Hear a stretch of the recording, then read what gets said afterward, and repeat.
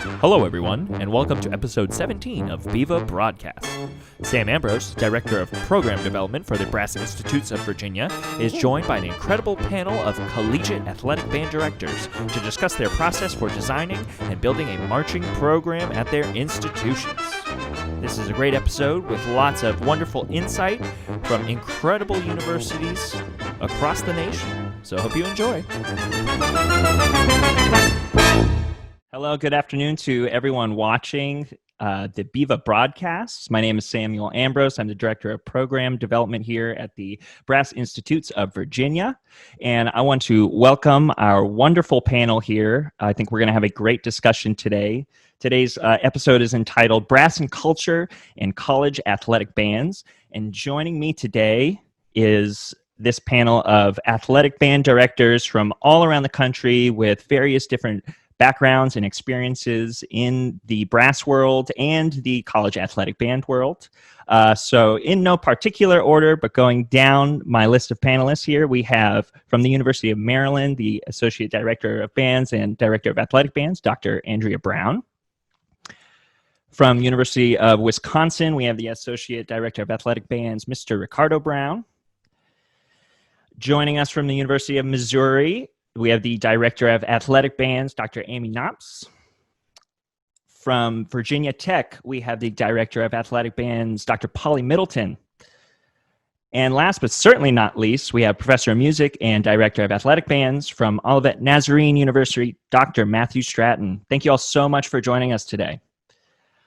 I thought we would get started. Feel free if anybody wants to chime in first, talking a little bit about your brass pedagogy, your thoughts about brass playing in college athletic bands. All of us on this panel have a very diverse background in brass playing, whether we studied it or we've taught it at multiple different levels, and that we've also had, different areas where we have, taught at the collegiate level. So what are you focusing on primarily for your brass players in your program? And a correction there, sorry, it's Dr. Knopps. Thank you for that. I appreciate it. Yeah, it's a hard K, so. You don't see that too often, so I appreciate it. Would anybody want to take that away from first one? What are you focusing on for brass playing in a college athletic band from your own personal stance? I'll jump in, I guess. Oh, no, go ahead, Polly. Go ahead. I'll follow you up. Well, I have I'm a brass player myself, mellophone, horn, it's my background. I don't get disowned for saying mellophone first, I guess. But anyway, and definitely lots of years of teaching drum corps so that does inform kind of the sound that I'm looking for, but obviously you don't have that same kind of time with the students when you're working with them in the athletic or in the collegiate athletic band environment. But I think you can still have that sound in mind, and you're trying to get them to as close to that as possible as best you can, whether that's making sure that they have the best equipment that you can provide, whatever that might be in your situation, because that it can be different, obviously, depending on where you are. But also, really trying to share with the students what you're looking for, trying to describe that sound. And so I think we probably all deal with one of the aspects of college marching band that's always interesting is whether it's visual or sound wise, they come to you with so many different ideas. And so, trying to, on the front end, give them the examples of what you're looking for sound wise is definitely the goal, and you hope that you can get them on board as soon as possible. Awesome. Polly, you want to drop in here? Yeah, I think our philosophies sound very similar. I think the thing that I really focus on too is making sure they're playing correctly. So you get a lot of students who come in and they're focused on making the loudest possible sound they can, or they've always played first, and the most important thing they can do is play really high and contribute that way. And so We talk a lot about making sure you're doing the right things to get a characteristic sound. We talk a lot about listening, blending.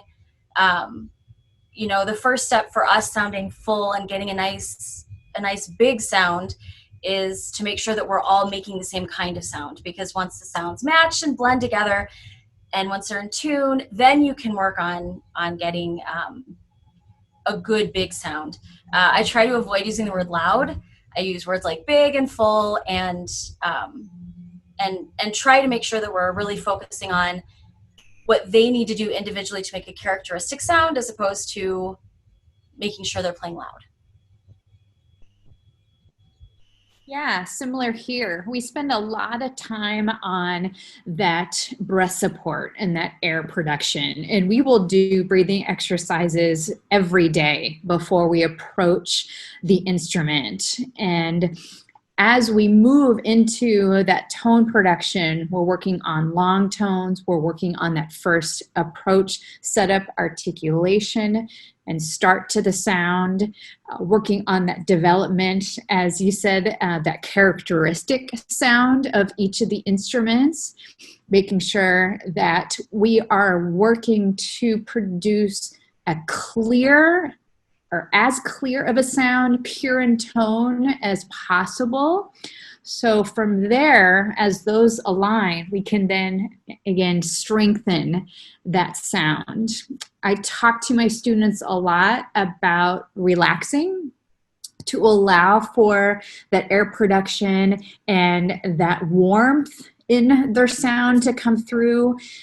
We work to avoid anything that's high, tight, and it has that edge to their brass sound, to where, again, we can just really rely on the purity of tone, that warmth in the sound as that is being communicated to our audience.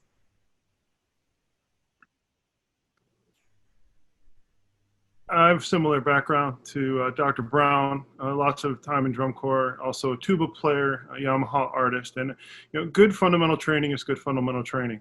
And I think that the most important thing for me when students come in is to make sure they're on the path of understanding to what purpose they're producing this sound. So they've got the process, they're developing good sensations, and they understand and are reminded when they're getting growth. It's about sound, and we've all talked about that on the panel, absolutely. And modeling that sound and figuring out what you want your ensemble to sound like for blend and balance. But again, good fundamental training is good fundamental training. Air makes buzz, makes sound. I'm a Jake guy, wind and song. Do a lot of singing, a lot of air reps. But to what purpose are you using these fundamentals and incorporating them in your program, and making sure that students can take that information and maybe even teach it back to the new people that are coming in? I think that's how we develop our sound. And efficiency, I got to say that. That's me. Yeah. Sing, buzz, play, be efficient. Yes, yeah. Efficiency. Make it as easy as possible so that when they play, they enjoy what they're doing. Right, and that's what we want. We want them to enjoy, their approach to the instrument and their contribution to the ensemble, and that's intrinsically motivated, extrinsically as well. But just really enjoy that music making process. My own personal experiences pretty much mirror what everyone has already said. I think it's been hammered here that consistent sounds are. And great sounds are consistent across the board. I think many people have different ways of getting to those results, trying to be as creative as possible. I've had the fortune of working with Dr. Stratton for a number of years now. And my experiences are similar to everyone here. I've taught in the drum review and marched in the drum review corps activity. I'm a trumpet player myself. But I think that one of the main differences between us all, well, I don't know, maybe, but I actually had the experiences of teaching at an HBCU. So I've had the show style band experience as well as the more mainstream core style experience. So I've always valued the fact that I teach every ensemble that I am a part of the same. I don't separate the two from each other. One of the first things I say is that for me, the sound of a marching band and a wind ensemble should not be different. The only difference really is just volume. how much you project that sound. So that's my approach. I want to get the most characteristic sound for every particular instrument that we have in the ensemble. And, I consider myself to really be one of those people that focuses on pedagogy. So I'm always trying to find, the right setup, and really just trying to find ways of being creative and to reach the students so we don't have to talk so much, because that, as already stated, we don't have a lot of time. Sam, I appreciate the fact that you gave me the University of Wisconsin, but actually at the University of Connecticut, where Did I say Wisconsin? I thought I said you Connecticut. did, That's brother. my I fault. appreciate it, though. Of course. But yeah, at UConn, we really pride ourselves just on, just really trying. We only have 6.5 hours of rehearsal a week, so we have to try to find ways of being very, very efficient with that time. We have designed our warm up to pretty much address every facet of playing that we feel is important. And we do that every day, and then we go in and we fine tune. But, with the constraints on time, it can really be a challenge. But yeah, those concepts I don't think change from person to person when you're trying to achieve that characteristic sound. You were also a performer in HBCU, correct, Rick? Yeah, yes. I'm a graduate of two-time graduate of Norfolk State University in Norfolk, Virginia. And prior to teaching at UConn, I was an assistant and associate director of bands at Prairie View A&M University down in right outside of Houston. So I'm really glad a lot of us talked about sound first and foremost. I think a lot of our, not just brass, but musical predecessors would be very happy to hear that from everyone. And I really enjoyed, Rick, what you were saying about how you didn't feel that a sound of a concert band should be any different from our outdoor band. And it seems like a lot of our panel would agree. And I think that there have to be some differences because of the venues we play in. Since we're all coming from different parts of the country, we play not only in different types of stadiums, but we have different types of crowds, venues. Some bands have traditions of playing indoors sometimes, and different concert traditions as well. And we have other factors such as weather. Because we are athletic bands, we do have to go outside. So do any of your local environmental factors or any of the, let's say, institution factors of where you perform affect some of the minor details you may or may not change with that band sound, or how you like to form your particular ensemble sound?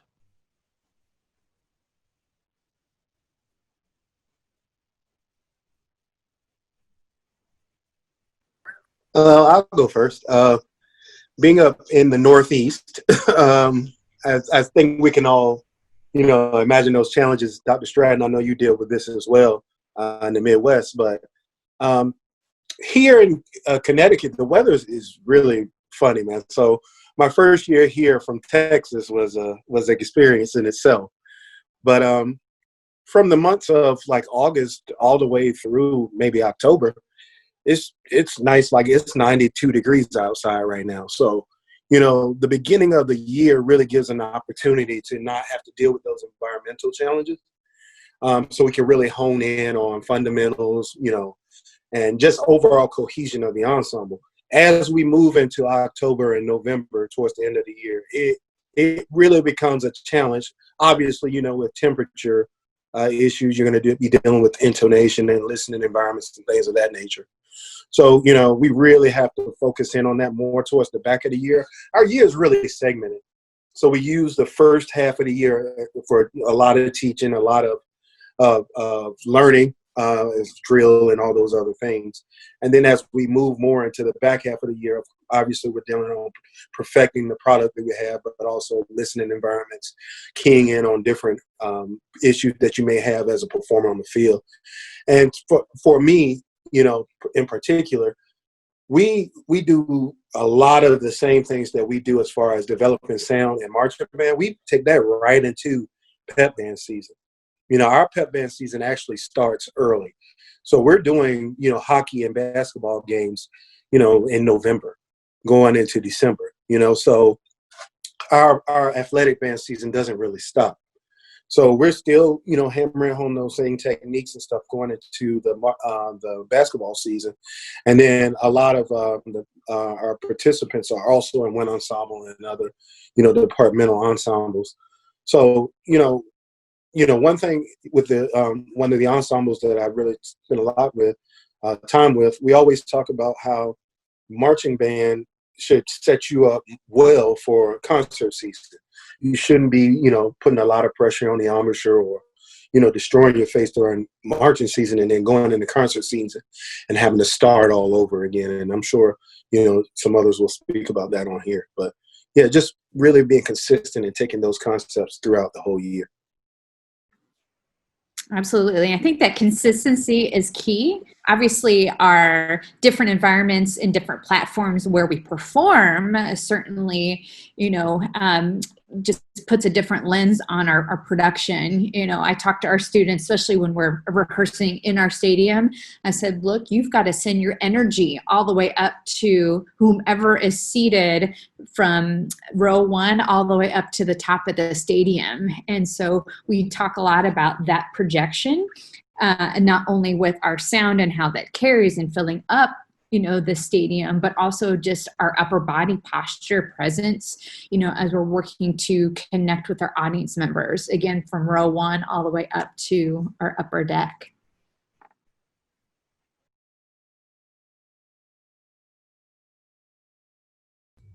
One of the things that that we talk a lot about is as we get different challenges like endurance. Typically in a lot of settings, we're not going to be playing for 5 hours, 6 hours throughout a day. We don't have, when you're inside, you don't have the temperature issues. When you're playing inside, you don't have the horn angle challenges that sometimes we have in athletic bands. And so we talk a lot about making sure that we're not doing funky things to overcome those challenges. So a lot of times, and as brass players, when you start to get tired, you start to do things physically different to compensate for being tired. And so we talk a lot about making sure that we're playing smart, making sure that we're, taking advantage of the fact that, we have 63 trumpets there. So everybody doesn't have to be a hero and play out all the time. We can, try to help ourselves out so that we can overcome those challenges and still be doing the correct things. So I think that's one of the things that we talk a lot about, is just making sure that we're just being mindful about how we're playing and how we're approaching those challenges, like endurance, like temperature issues, like different kinds of horn angles. I think that, definitely agree with everything everybody's saying. It's keeping in mind, and then, we might have some different situations represented here, but when you're dealing with an ensemble that has a majority of non-music majors, being mindful and helping them remember too, especially sometimes like the first year members, but can go, as they return as well, that that what they remember themselves being able to do was predicated on them playing probably every day in their high school ensemble, and just the nature of their schedule now, more than likely they're not able to. And it might not be because, they might want to, and also their lives have changed. And so, and obviously we're very happy to have them as part of the ensemble and meeting them where they are, but, reminding them and setting them up for success, especially for a game day situation. And for us, there is something about once, which we probably won't be dealing with this fall, but when you put them in the stands and they're in closer proximity together, and they can't hear themselves play as well, it seems to just, you have to remind them of, okay, you don't have to work so hard, and you've got a long day ahead of you, with the game day rehearsal that morning, and then it's playing in the stands, all of those things. And they're so excited and wanting to give all of their energy, but trying to remind them of, do that through cheering for the team. It doesn't have to be for like putting everything that you have, every, in the first quarter of the game. And so it's just, yourself. Yeah, definitely. But it's just being mindful of that, of course, because it's it's all coming with great intentions and excitement, but just helping them remember just the reality of their situation. Yeah, great contributions. I don't disagree with anything that I've heard, and it sparked some other things in me.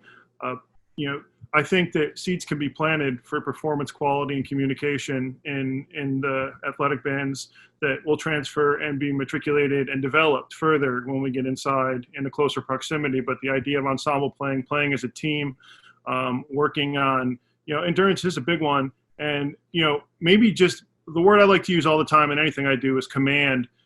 So you have to taper down, the excitement and everything that's supposed to be there and the support and all that, and make sure they understand when it's time to perform that they're still, working towards quality. So it is a little bit of a, how you release the horses out of the gate kind of thing. Oftentimes, I stress slight adjustments, Sam, specifically to your question about pedagogy. You're not going to give a beginner brass trumpet. You're not going to put it in the icebox and then hand it to them and expect them to make great sounds. The equipment's not going to respond that way. So you do have to make some slight adjustments, still staying within the pedagogy you've taught, to make things work. But I always stress any adjustment you're going to make needs to be slight. Yeah, and I would say, and I would guess some other folks do too. We do generally have one indoor concert in our season, but really, other than just working on balance in that situation, we don't change anything about how we're approaching the instruments. And so it's just, making sure we're mindful of, even more so, if like no one has to work that hard. We're going to be heard no matter what. And so it is some reminders that day, but we definitely just, we don't change anything about how we approach, how we're starting our sounds or supporting those sounds. I'm going to piggyback a little bit off what you said, Dr. Stratton, about making those adjustments per the skill level as well as the members. I think all of our ensembles at our schools are very different in terms of the membership they have for brass players. And we may get people who may be on day one brand new to that instrument, or perhaps playing a secondary instrument, or they might be even brass performance majors into the School of Music.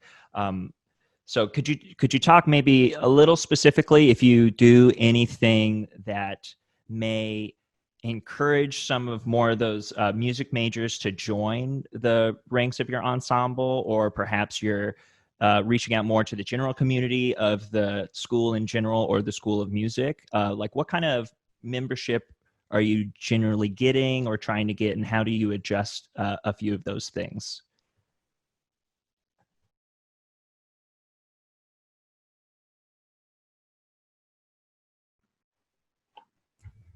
I can talk a little bit about one of the things that we talk about is the opportunity for personal growth from everyone. So whether you're a non-major and you don't play very often, but you love being in marching band and pep band, and that's really what you do, or if you're a performance major, there's always opportunity for personal growth. Every single person has a capacity to improve and use time with the horn on your face to get better. And we talk a lot about too, how section leaders can help individuals kind of identify what some of those things are. And we talk a lot about that in our teaching to make sure everybody kind of recognizes what some of the items are that they can focus on when they're working on that personal growth piece. I think in terms of getting music majors involved, there's such a great capacity for leadership opportunities within the marching band. There's a great opportunity for teaching and for interacting with students and trying to help them get better. And I think those are great skills, whether you're a performance major or education. Those are great skills to have, and those are skills that really transfer to a lot of different things. So even though a lot of our leadership positions are held by non-majors, I think it's a great way to get people involved and give them a little bit more responsibility, a little bit more opportunity to work on some of their career goals before they get to that career step. With UConn, we're presented with a number of unique opportunities when it comes to experience with music majors in our ensemble. So I'm only going into my fourth year at University of Connecticut. Dr. David Mills has spent 30 plus years developing how the ensemble runs. So it's really a well-oiled machine now. I just was able to insert myself into that mix. But we have a number of opportunities. Our ensembles are scheduled in a way to where music majors actually have the opportunity to participate. So we rehearse later on in the evening. We usually go, most days it's 4 to 6. Music major ensembles usually in between 4 and 4:30. So they come to marching band from there. One of the things that just blew my mind about the UConn band when I got here, as opposed to the band I was at before, was that there aren't a lot of band scholarships, marching band scholarships. My previous band had many marching band only scholarships. We don't have that at UConn. So everybody that's in the UConn band is on a volunteer basis. And we still are able to field a 300-piece band every year. And it's just a blessing that, over years of development that we were able to do that. The second part of it is the teaching aspect, as was previously stated. We have a structure where now we use it almost like with the music education program. So our students can go from the section leader roles, as was already mentioned, but we also have what's called a director intern. So UConn offers a 5-year program that leads straight to you receiving your undergrad and master's degree. So we offer each year between three positions where music majors get the opportunity to not only receive their master's degree, but also get experience directly teaching ensembles. So with me and the pep band, all of our director interns are like assistants in that group, and then they all have different responsibilities in the marching band. So there's just numerous opportunities for these people to really get that experience before they go into the classroom. And then lastly, very briefly, UConn, we've been blessed to have a pretty strong basketball program. So our in the spring, it's just as active as it is in the fall. We have 3 pep bands, 3 active pep bands, fully staffed. And then we have about 50 students in our 4th ensemble that perform with these different pep bands. And those membership in those groups is based on membership in the marching band. So, it's just really competitive, and it creates this environment where these students say, not only, even as music majors, do I want to, hone my skills as a teacher, but man, it's an opportunity. I may be able to go to the Final Four. So I want to do that too, Right. And have a good time. So it adds that incentive. And, the years where we may not make it to the Final Four, that's a different story. But fortunately, we haven't had, many of those issues. Those are the great byproducts of what we do at the collegiate level to have those opportunities. That's what they're going to remember.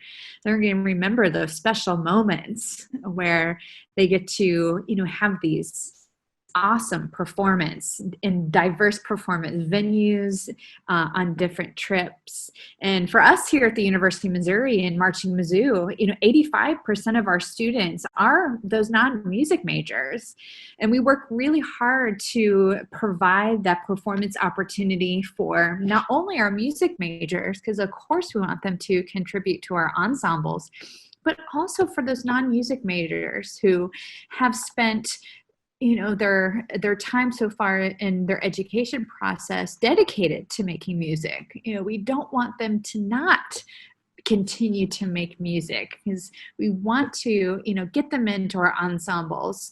And then when they move from our university, they can continue to foster that love of music, to continue to absorb music, and continue to be that audience member.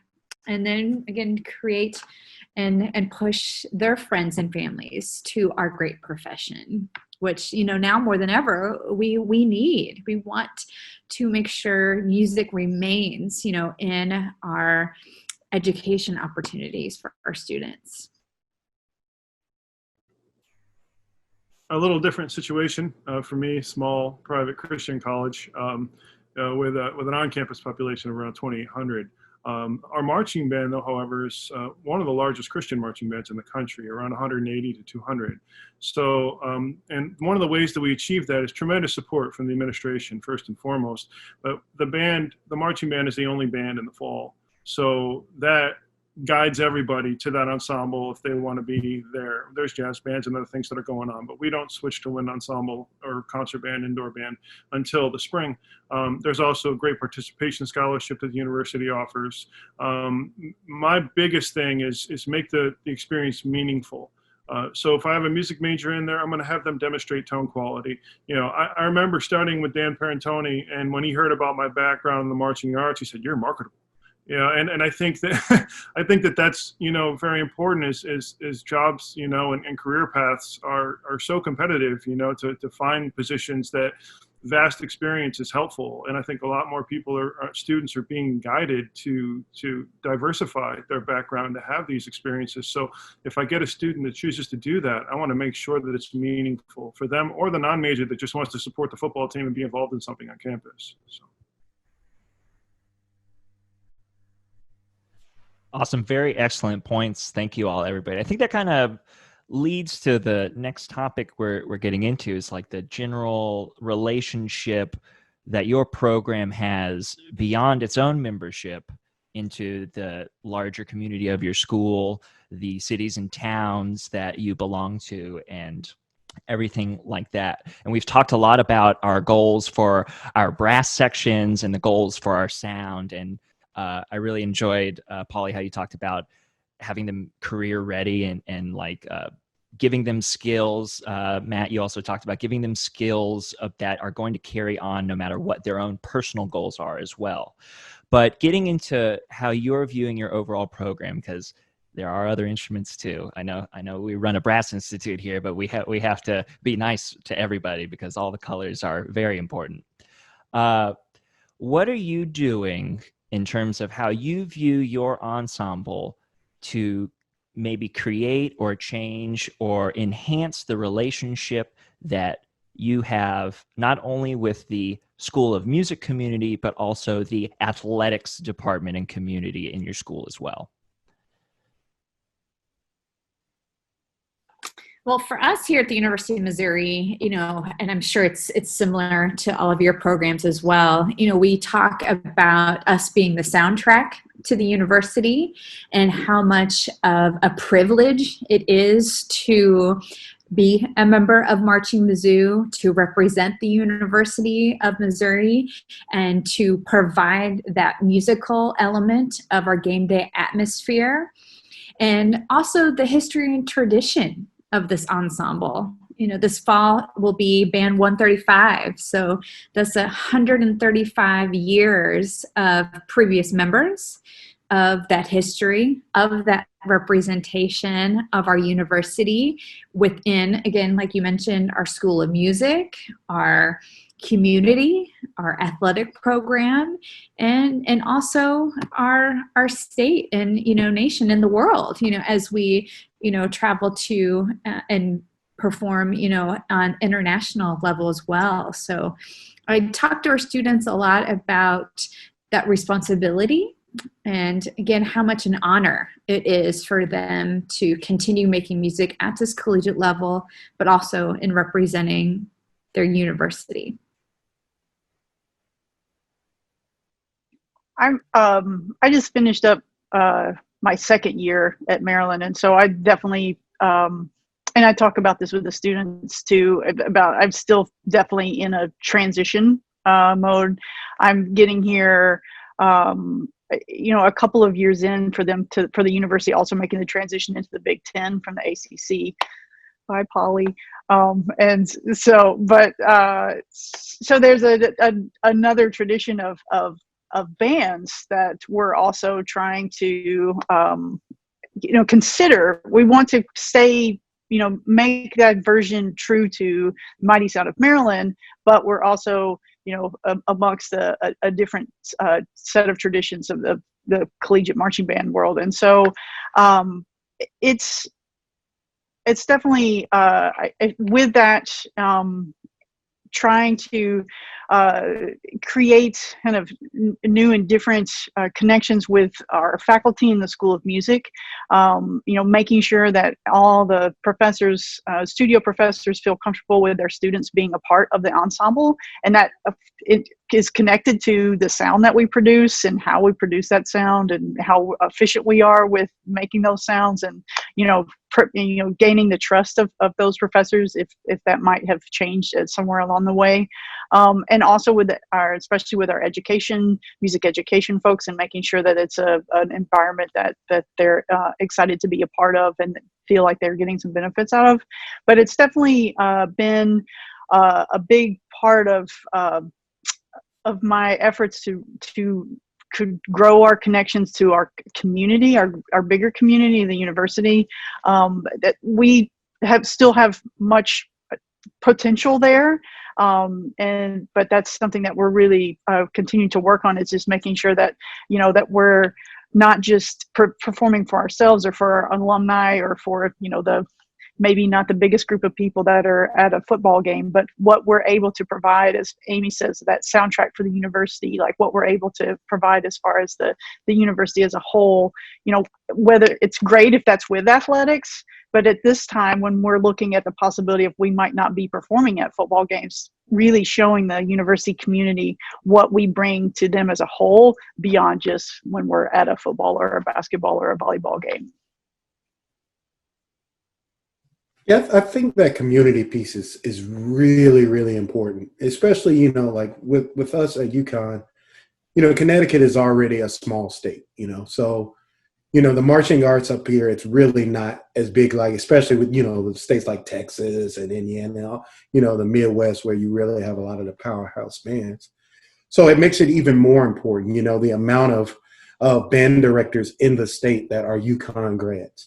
It's like things like this that really carry over into our membership, as we go, to really add to our marching season. We try to do a lot of performances in the community every year, whether that's marching band competitions, whether that's parades, any way we can get our band in front of people to say, hey, we're here for you, not for us, And I think that's so important. And, with everything going on in the country right now, from unrest to people battling one another and all, isn't it great to know that you could put that aside for 2 hours every week, and spend, that time just making beautiful music with people that you love, So, I think even more now, Sam, it's important what we do.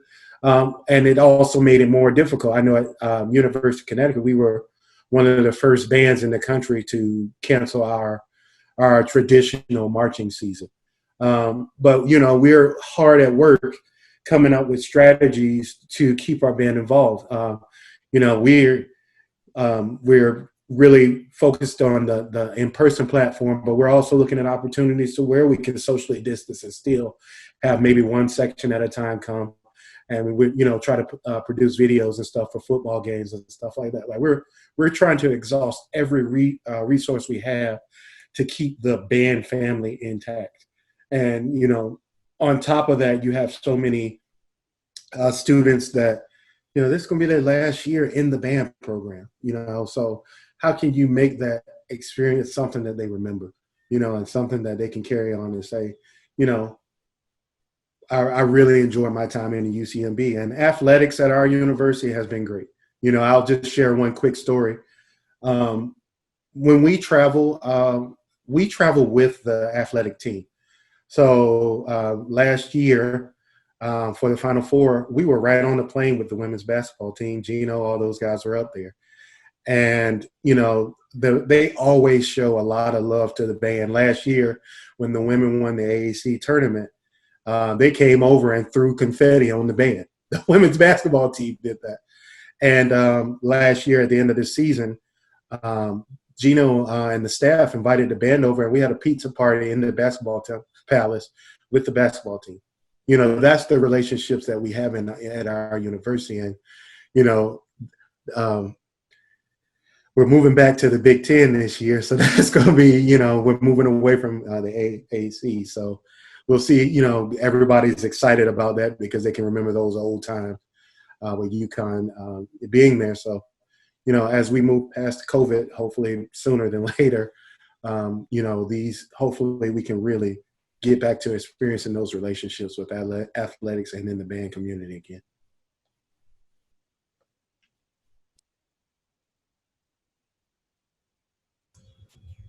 I think, well, in our small little university here, being a private Christian school, faith is a big thing, and our spirituality and how we do that. That's part of why we're here and why students come. But we accept all faiths and all walks of life, and but that's certainly a cornerstone of what we do. I added a traditional pregame to what we do, so they have a college marching band experience because our halftime performance is more artistically driven with a smaller audience and trying to focus on music education majors and getting them good skills and whatnot. But we've taken some international trips, and I think that there are a lot of opportunities that certainly the tourism industry is down right now, but the band is part of the face of the university, and I always stress that, we're quite a large percentage of the campus population. It's almost more important to me that they're great citizens of their campus and representatives of their university than what they do on the field, the product. The community, the family, how they carry themselves, how they talk about each other, the university, and on campus things. So that's really something that I stress, and I think it's a way that we can still impact our campus communities either online or in person. Something that is at least unique to me about the Marching Virginians is that they're a very service-oriented group. So they're very, very active in service projects within the community. And this is something that Dave McKee, who was the director for many, many years before me, really stressed. And he really wanted to develop this kind of program where the students would go out to their communities and they would think, how can I help my community? What can I do to help? Which I think is just fantastic. And it's a very humbling and exciting kind of atmosphere to be part of. So I think that has and will serve us well in a very unique kind of season coming up. I think there's going to be a lot of focus on what we can do to help and what we can do to sort of reach out to the community and to other groups. And it's been a great place to work, and that athletics is very supportive of the different service projects that we have. They help us with those service projects, which, is something certainly they wouldn't have to do, but they choose to do that. And our kids are usually very involved in trying to find new service projects. So they want to look for ways to help and ways they can serve the community, which is a lot of fun. So, we focus a lot. We have multiple ways that we can impact the community. One of those is performance related. And the other way we can help is finding things that we can do to make our community a better place. I can share a quick story related to athletics as well. Last year, we have a pretty large field house. I normally have the students inside in the air conditioning to learn their drill and keep them out of the sun for band camp. That kind of thing won't happen this year with the pandemic. We can only fit 50 people in that giant space anyhow. We were there last year learning some things, and we took a moment to stretch and just release the tension and gave out kind of a primal yell. The football team was lifting weights over on the other side. When we gave our primal yell, they all stopped lifting weights and turned and gave a primal yell back to the band, and we kind of shared that experience. And, it's those moments of connection when you play the fight song or you play the alma mater and you see the team, it's part of the campus fabric. And I think support from athletics, that's why we're here. And, we have the opportunity to support those teams. Yeah, I really like that term, campus fabric. I'm going to have to steal that and use that again. Yeah, that's really good. Speaking of campus fabric, again, all of us have very diverse backgrounds and where we're coming from. And like, for instance, Rick, you were talking about your previous position. Prairie View is a HBCU, and moving all the way across the country from Texas to Connecticut, joining another very storied program, but obviously serving a very different community. Dr. Knopps, correct me if I'm wrong, but I believe you also attended University of Missouri. Right. Yeah, for my undergraduate degree. So right. It's such an honor to be back and service the ensemble and the ensembles and program that gave so much to me. So getting to our campus fabric idea here, how do you all see your roles in the inclusion of what your community is? Since we've been talking about the band community and how it relates to the larger community of the whole that we do service, how do you find your role as a director in your particular community to include more of that community or reflect more of that community?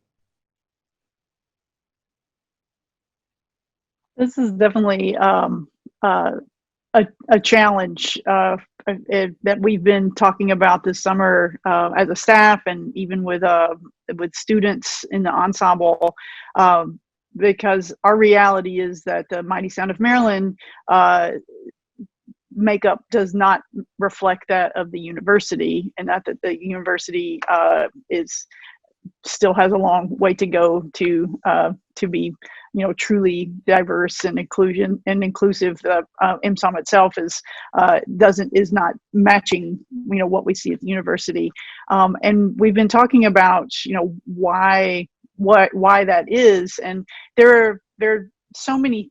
This is like a really big question, because there's so many aspects of just the activity itself is an activity of privilege, and being involved in the world of instrumental music from the very beginning, even if you're fortunate enough to be at a program that can provide you an instrument free of charge to start, at some point that's going to change. And so how you're able to respond to that and to continue on. And then how with fees involved with being in high school marching band and those kind of things, it's just it continues to filter down to then there's the barriers of getting into an institution, and are those equitable? And it's just, there's so many things that are kind of even beyond our own ensemble's control.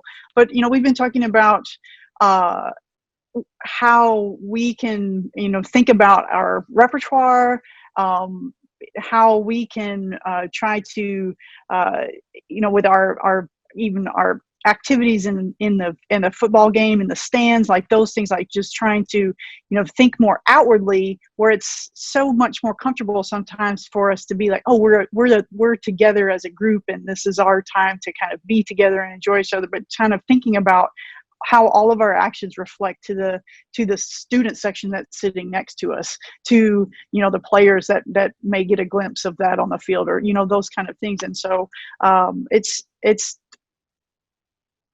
a true growth opportunity, and we have not definitely we have not maximized, and we have not met that yet, but it's something that we're definitely very much interested in working toward, making changes there, and seeing if what we can do to have our ensemble look more representative of what the campus community is.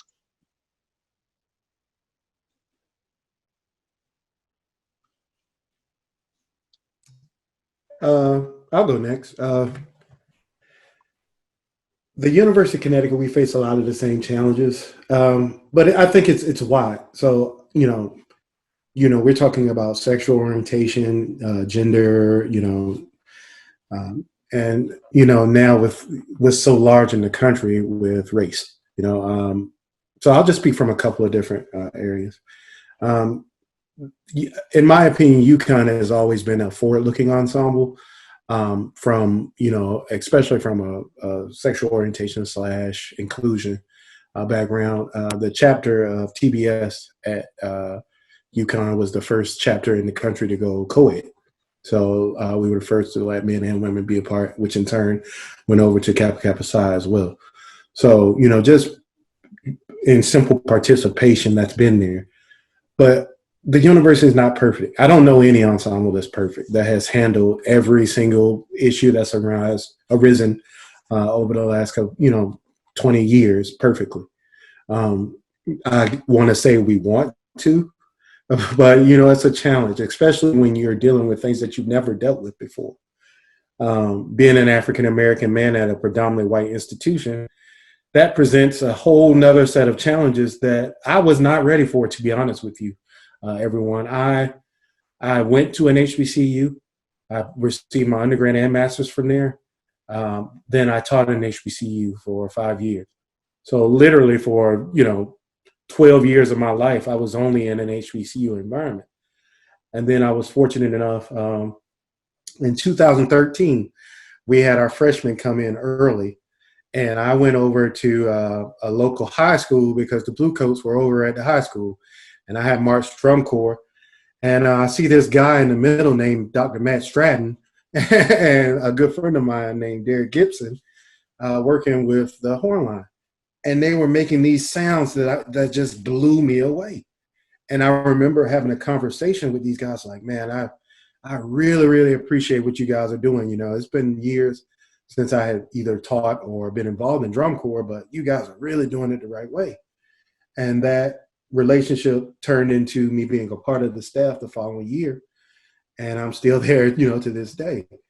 So going from a situation where everyone looked like me to a situation where almost no one looked like me, those challenges, that was just a challenge in itself. And the same thing happened when I got to the University of Connecticut. So I say all that to say, we're at a point now, I think that everyone knows what the issue is. We're past the conversation part now, in my opinion. Now it's time for action, whether that's making an investment in underserved programs that your schools may not normally recruit from, or whether that's hiring professors that look like the people that you say you want to be a part of your program. These schools all have good intentions, but you say you want diversity, your band's not diverse, your faculty's not diverse, your leadership at your university is not diverse, but we want diversity though. Now it's time to, actually let the rubber meet the road. So, so I'm sure we'll get into this more, but, as a music educator, I have never, and, I don't say this to cause controversy, but as a music educator, I've never had more people show interest in my career until the last couple of months, and I've been a music educator for 15 years. I've taken high school bands, straight ones, and festivals. I've taught at the college level. I've taught at the drum corps level and all this. And in the last couple of months, I've had more people interested in what I was doing than any other year, that I've done this. So I say all that to say, I appreciate the conversation that's happening nationally, but I think it has to come from a position where we not only have that conversation, but we actually have action that mirrors the conversations that we're having.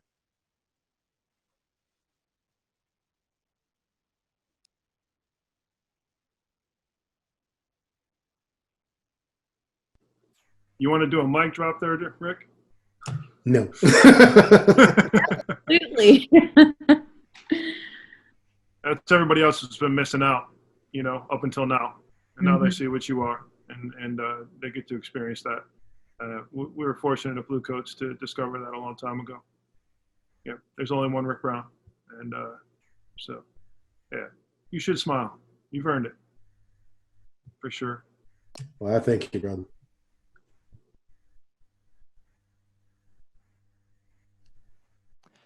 Well, I'm going to go off of that a bit, as I do also know Rick and Matt, not only through Bluecoats, but our other previous years in drum corps together.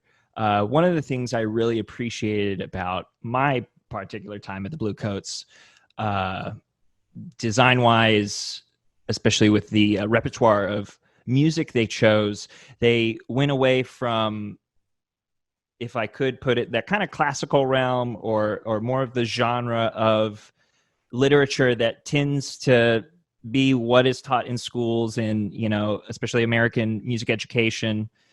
Dr. Brown, you mentioned, the activity being from a place of culture. And I think Bluecoats is one of the first places I ever saw use literature outside of that classical realm to really start to introduce those students to music that's not just classical music or all of those basic things that we do. And since we are talking about some of the different ways that we include, I obviously a lot of the national conversation right now is about listening and learning and things like that.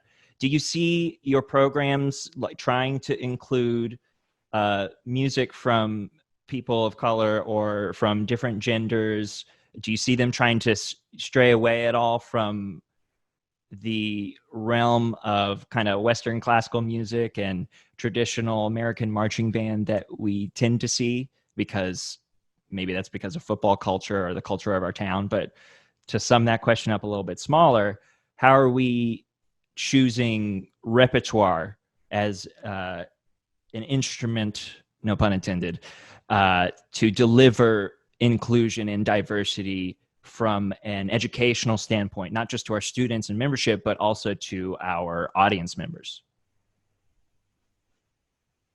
I think it's a challenge because when you're, and obviously this fall is going to be very different, but in a quote unquote normal fall, you're trying to reach so many different stakeholders, and if we're an ensemble that, which I think a lot of ensembles are, like we get input from the students about, what they're interested in, especially when you're programming 6 or 7 shows, and you're trying to, reach the various generations that might be season ticket holders as well.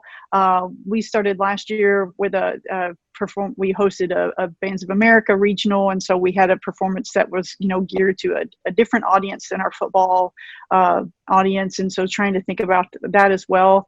But we definitely figured out that as a staff we've got to push our students more because again with the representation of who our membership is, their comfort zones are the tried and true, like if they could play a Disney show every week, I think that's what they, or at least half of it, or 70s and 80s white rock bands. Like I don't know what I'm always kind of just like, do you all listen to anything like from the current year? And so we sometimes feel like we're actually pushing them on like what's like currently out. And so we've definitely tried to not to go too long into this, but as I've gotten here, it's one thing that's important to me is to make sure that we at least have one show that is all new music.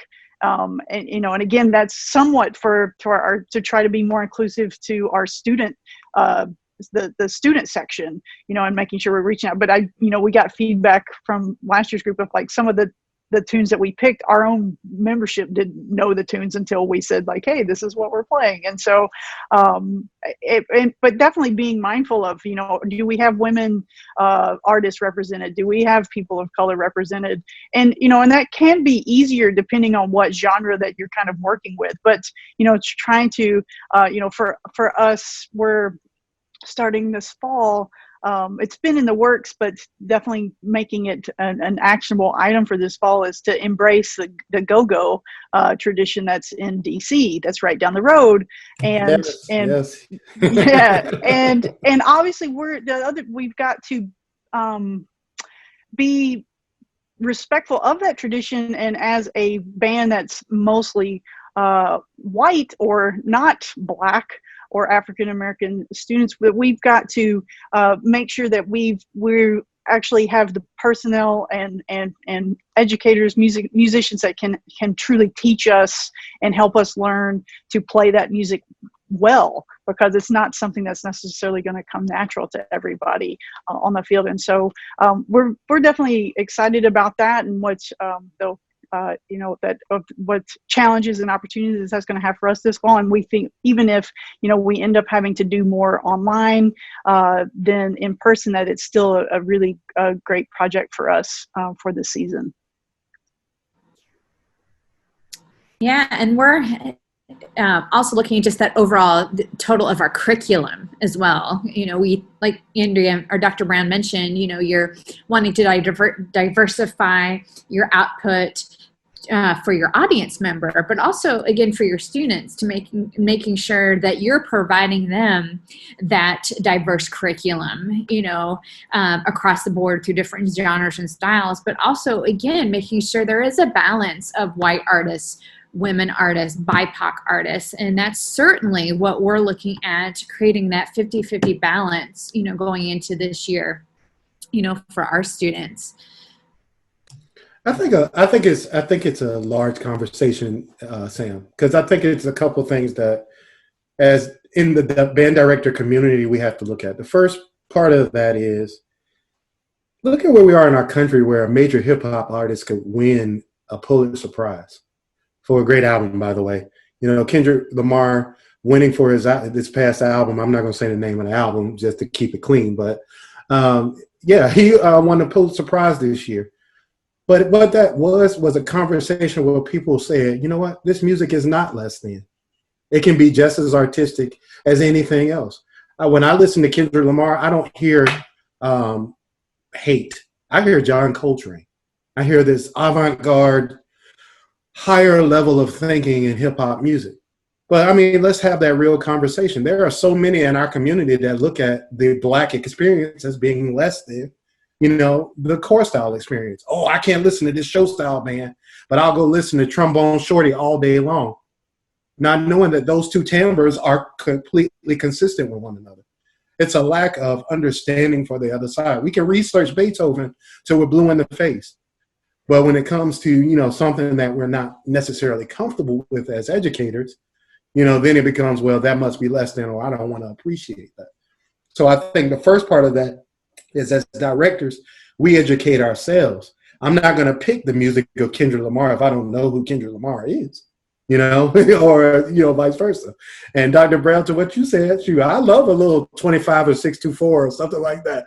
I love, the 70s, 80s rock music just as much as I love it too, but not all right. whole season. Right.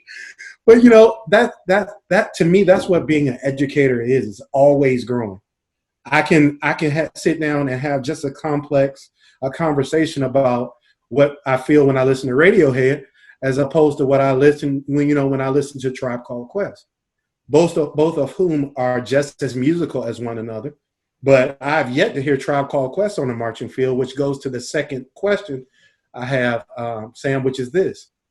A lot of us as directors program our programs to offer what the sheet says we should do. Now we're talking about the competitive side.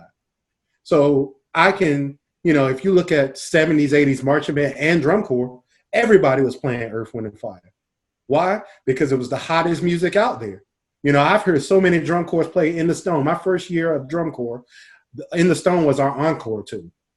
Now you go to these high school marching band competitions, you better stay as far away from that music as possible, not knowing that Earth, Wind, and Fire has some of the most out there music you'll ever hear. I'll say this again.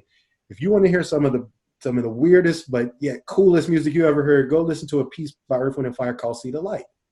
There's artistic stuff that's out there, but we have to, for lack of a better word, stop being lazy and go find this stuff. Get somebody on your staff that's diverse so they can tell you about, hey, man, have you heard this new Bjork tune? One of my favorite ballads of all time is the Dancer in the Dark, Bjork. It's beautiful, and she's a pop artist, rock star. And then she puts out this cool album for a movie she did, and now all of a sudden you have this great music. So those two sides, let's stop being lazy and then, get somebody out there that can help you grow, looking for help, being able to help. Me reaching out to Dr. Brown and saying, hey, I'm from Virginia, and that go-go you were just talking about, I'm all about it. Dr. Brown, just very quickly, this year I introduced my drummers and pep band to go-go. And when I tell you these guys took off with the research, I had one of them text me this summer saying, man, I really appreciate it, because they had no idea what this music was. When I was in school, go-go was the middle of the party. You had all the good stuff, go-go, and then they finished off strong. So, just to leave that, Sam. Hey, Rick, you're going to want to check out Cadet's Horn Arc if you like dancer. Oh, yeah. I think, you spoke earlier about the conversation and action that needs to happen. And I think because the conversation is happening, it gears us to think about these things. Andrea's wonderful thoughts about this has got to be an initiative and a conscious choice and effort, to move our programs in this direction. With the current show that we've programmed for Olivet this year, it's called On Solid Ground. But with my experience with the Bluecoats, I'm not afraid to take risks with programming. We've got a Negro spiritual in there called Elijah Rock, because by Moses Hogan, which is really cool, and it can feature the trombones.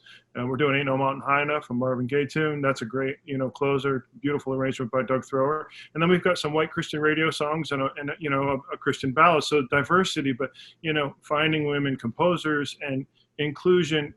Taking action. We have the ability to do that. We also have the ability to affect our stand show and our culture at the university and develop things in the stands that can bring those people in to, our culture, or maybe even have the campus help develop some things that will make new traditions and whatnot. So we do have a lot of power and a lot of opportunity, in our positions to affect change.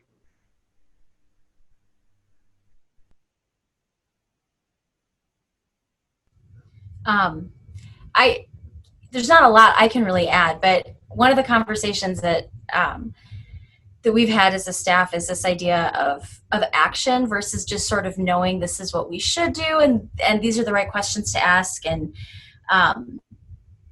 making sure we're really thinking about the decisions we're making. We're challenging maybe the way we've done things in the past. We're asking the questions, how can we do this better? What can we do to be more effective? And I think it really is a great opportunity. I know I feel challenged, which is a good thing, and I feel, excited about the opportunities in a way that I might not have felt if I hadn't been challenged maybe to approach things this way.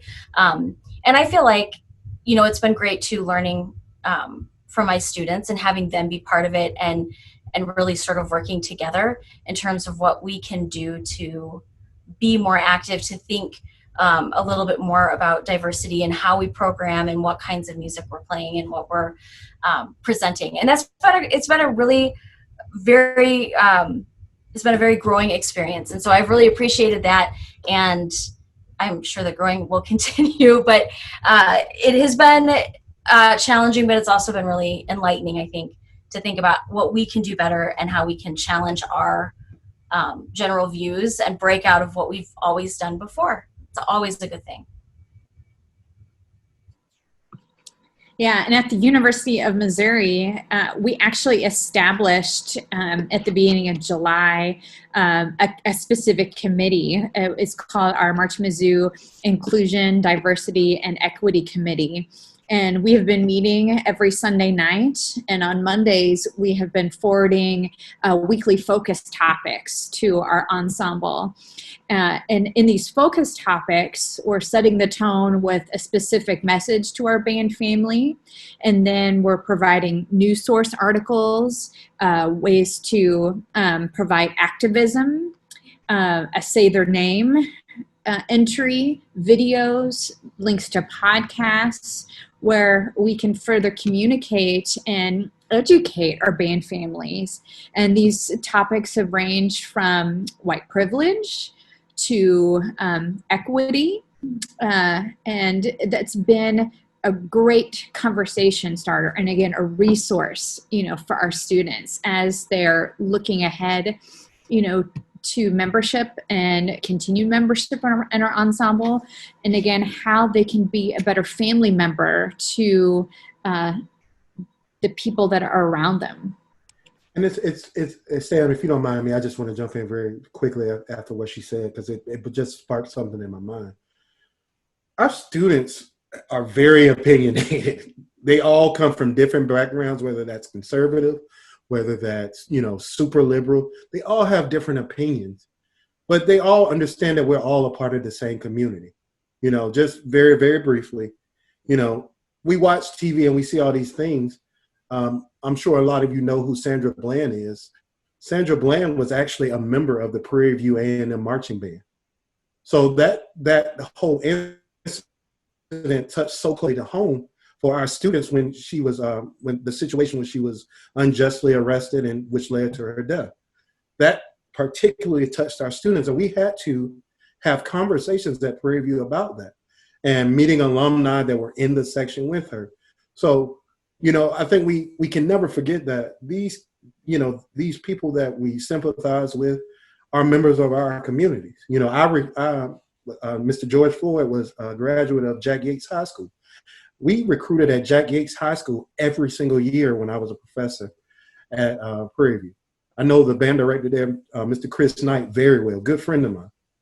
So you see how small the world really is. And, you know, being able to have conversations. I came from a community where, you know, there weren't a lot of Republicans in my community, but being able to meet some of the most beautiful people I know and have legitimate conversations about what it means to not, you know, not judge someone for a decision that they made, but being able to know who the person is, know the situation, know that you're making decisions from an informed space.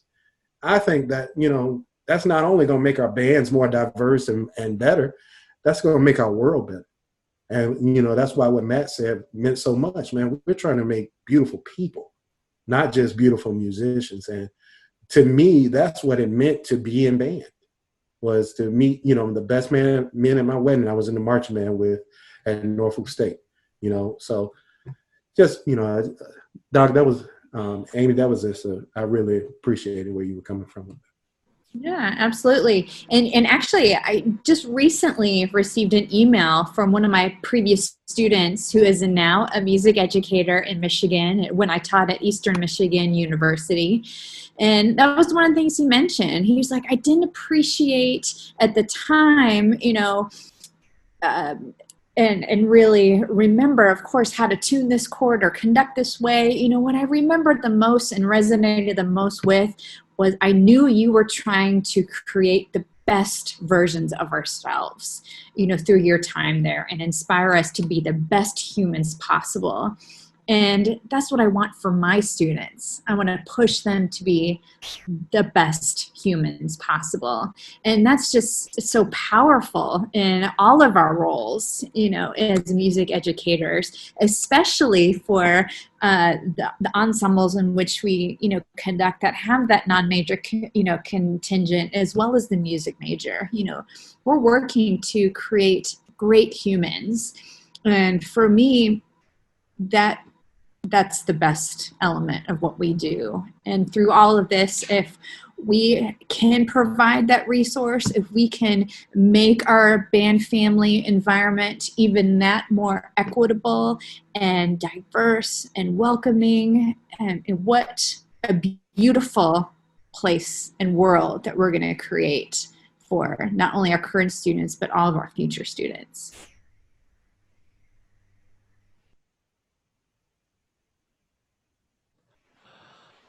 Well, thank you all so much. I think it's about time we need to wrap it up, and we'll get close to that very soon. But I absolutely love, from making beautiful sounds all the way down to our core. I think all of us have shared the need to make beautiful people, and I think that's why we've created such long and lasting relationships through marching band, in every single capacity that we've all done it in.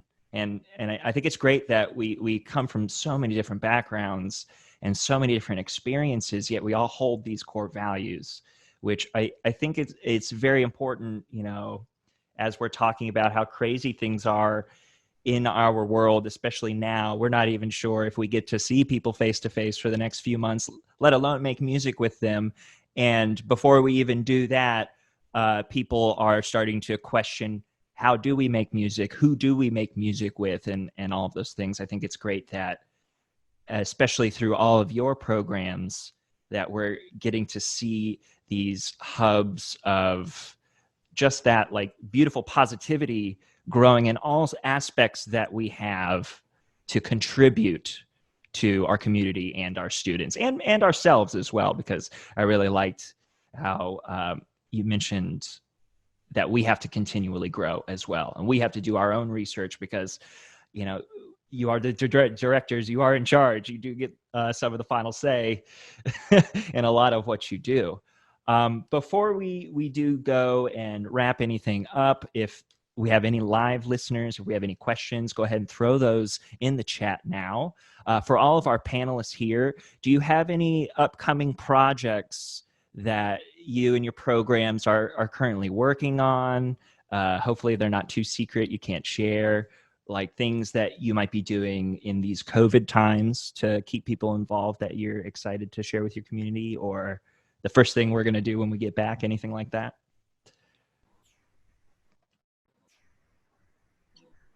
Well, we're just hoping for that season, whatever is truly in front of us. And we're all waiting to figure out exactly what our parameters are, because I think all of us are dedicated to moving forward for our students and our program in as safe as manner as possible. We want to continue building these great humans and also providing that music education opportunity. We have a unique curriculum in what we do, both on the marching and musical and that visual side. So we'll look forward to, moving forward as best we can, whether that is performances on the field, in the virtual space, over online is kind of like our new virtual concert hall, in our performance space, if you will. But we want to provide that opportunity. We want to keep our students connected to our program. So hopefully, in the years to come, we can gradually get back to the normal.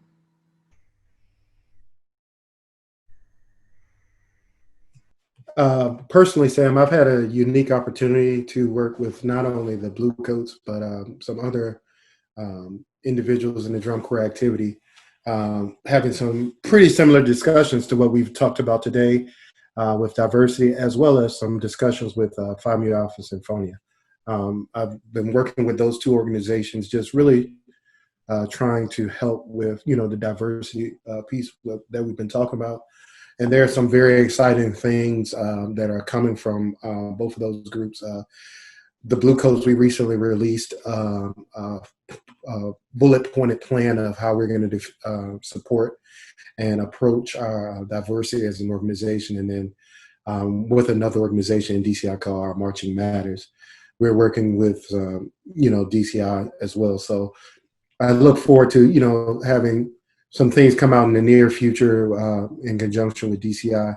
As far as the University of Connecticut, we recently had a meeting with our Department Head of Music, and we are a go. So we do have students returning back to campus this semester in a limited role. So Connecticut's numbers are looking really, stable when it comes to COVID. So hopefully we can keep that, down very, very low, and hopefully, get a cure soon. But I think across the board, I can't wait to, be able to put a baton back in my hand.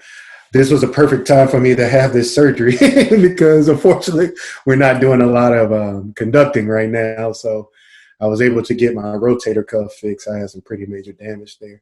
And that's on a personal note. I am, hammering through trying to finish my doctorate now. So hopefully Dr. Brown, me and you will share the same name soon. So yeah, just some personal things there.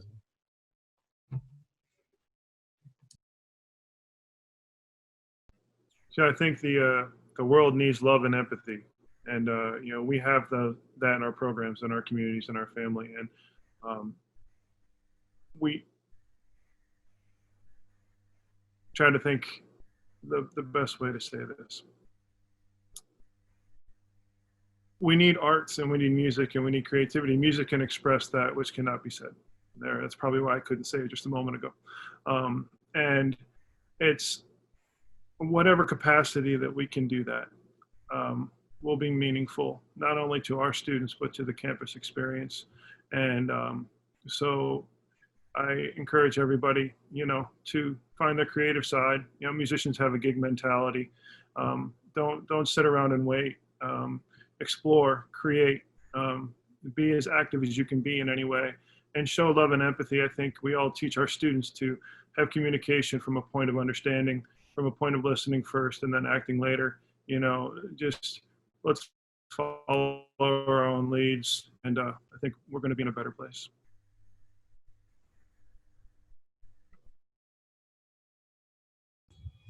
I think I don't necessarily know what projects exactly we might have coming up. I think everything is just so dependent on what this season looks like. But one thing that I am trying to stress is to look at what we can do and not get too wrapped up in all the things that we can't do. And hopefully some good things will come out of this. Hopefully we'll find some different ways of doing things that are really effective and might reach different people that we normally don't get an opportunity to reach. So I'm excited and hopeful for a season that will be very different, but hopefully it will still be really exciting, just in a different way.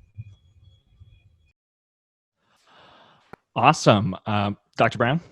I said I don't really have anything to add. I've talked about our Go-Go project, and other than that, it's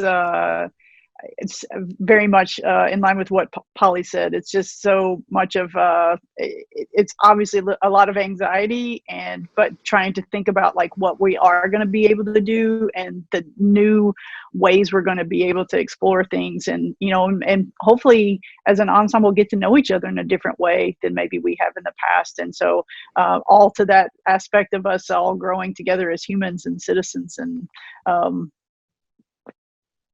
just being together. And so just looking forward to that.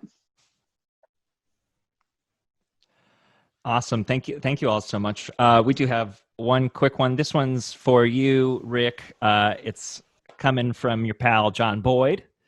And he's asking if you have any current Jonathan picks, or is there more of the original Jonathan guy? All right, I got to tell you guys this quick story. So John Boyd, one of the big mentors in my life, guys, he took a chance on this 20-year-old kid. I had just a 21-year-old kid. I just finished aging out drum corps, and he was the first person to hire me to teach. And I worked with that band, with the Princess Anne High School band, for over 10 years. Like one of the best humans I know.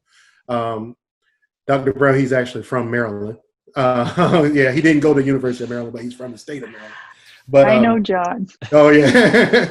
So when I got the job at UConn, guys, I was posting pictures and stuff. I was super excited, and I slipped up and told him that the mascot's name is Jonathan. The husky, his name is Jonathan. So every one that they've had is like Jonathan 1, Jonathan 2. So I think we're on like Jonathan 4 now. But when I told him this, he thought this was like the funniest thing he had ever heard. So like every time I take a picture or anything, he asks me about Jonathan. So we still on Jonathan 4, who's like the most chill dog I've ever seen in my life. But yeah, he's still going, John. Well, once again, thank you very much to our entire panel. It's been a bit of a tradition here as we sign off, if you've been familiar with some of our podcasts that we've started this month, that we're asking all of our participants who are on the call if they could sign us off with their heartiest mouth trumpet sound. It just like we've had totally different variations of this, so feel free to get as creative as you want. The one we usually give might sound a little like or something like that. So, Dr. Brown, I know you have to run for another call. I'm sorry, I'm going to have to embarrass you if you don't mind signing this off with a hearty mouth trumpet. I don't know that I've ever really done that before. How about, can I just do a buzz? You could do whatever you'd like, honestly. All right, I can do that. Maybe. It's been a while. Awesome. And Dr. Knopps? Okay, I'll give this a try. I love it. Mr. Brown. Oh,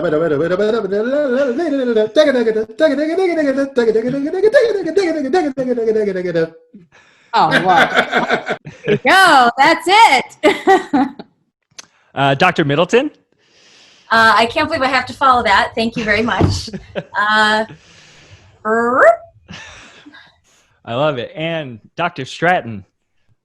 Ba-da-ba-ba-da-ba-bop. Awesome. The perfect ending. Thank you so much for all of you that have joined our panel discussion today. Once again, thank you to all of our panelists for dropping absolute knowledge bombs and just wonderful facts about their program and their philosophies. On behalf of the Brass Institutes of Virginia, my name is Sam Ambrose. Thank you all for joining us. Be on the lookout for our next calls this week, including a BIVA premiere this Friday. Thanks, everybody. Have a great day. Thank you to our outstanding panel for their informative discussion on collegiate athletic bands and some of the thoughts that go into managing an ensemble of more than 100 musicians. If you would like your podcast to be featured in our broadcast, please reach out to Michael Director of Operations,